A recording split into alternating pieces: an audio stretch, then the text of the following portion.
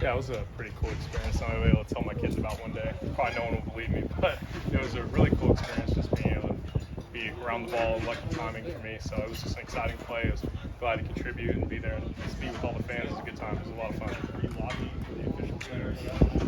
I was just lobbying for a touchdown at that point. We needed one at that time, and just be able to have that kind of ice the game and have that big touchdown, we needed it as a team, and I was just glad we got the 7 points.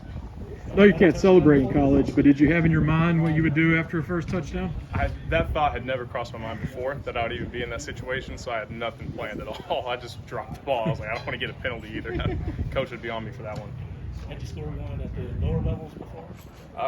In Little League, believe it or not, in like 5th grade, I had a 50-yard kickoff return for a touchdown. It's the only other time I've ever scored in football. It was an onside kick, just bounced fine. I was able to take it.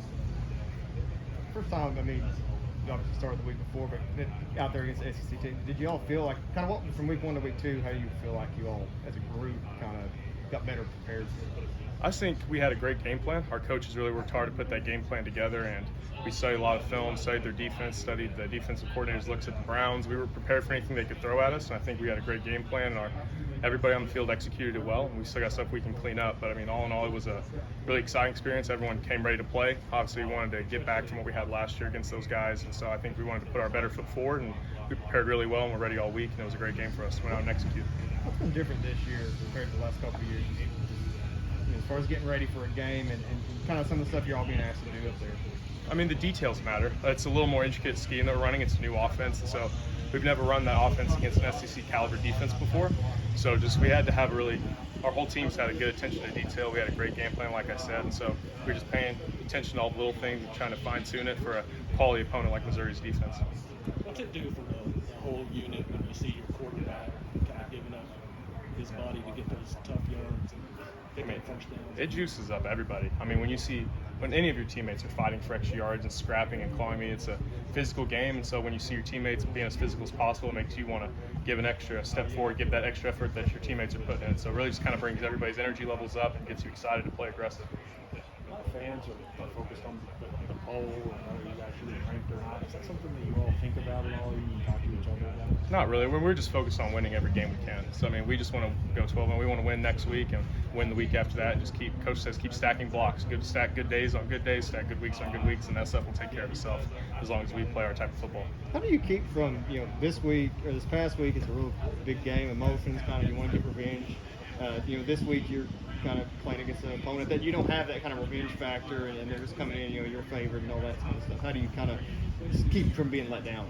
We just have to keep that momentum rolling. We played well, we executed well, and we had a great week of practice. And like we said earlier, you got to stack good blocks on good blocks. We had a great week of practice last week, and we had a good practice Monday, had another good practice today, and we're going to come back tomorrow and do the exact same thing and be ready to play. Like Coach Stoops said Monday, you played better this week than you played the first week. What do you feel like you did better in week 2 than week 1? I feel like I had a better feel for the game in week 2 than I did in week 1. It was my first time actually playing that many snaps before, so like just kind of getting used to the game speed and the way just kind of the flow of the game is different than it is obviously in practice. I hadn't really had that experience before, so I think just being able to build off of week 1 and those good things that happened for us as a team and being able to carry that rhythm into the next week really helped a lot. Just staying in the rhythm of the game, the flow of the game, and just being a little more used to it. Being a Kentucky guy, you know this program pretty well, probably more than a lot of your teammates. What did you think of just the crowd and the fan base showing out for that game after a year away and how everything looked on Saturday? I mean, it was awesome. We always love having our fans there. It just brings all the more energy for us and makes all those big plays even bigger when you can hear the roar of the crowd when they get involved, especially on big third downs and big scores and things like that. It's just exciting, and it's something that this program hadn't had a lot before in the past, and so we just want to have that atmosphere every game. So we just need to keep winning, keep performing, and being able to do their part. I just joined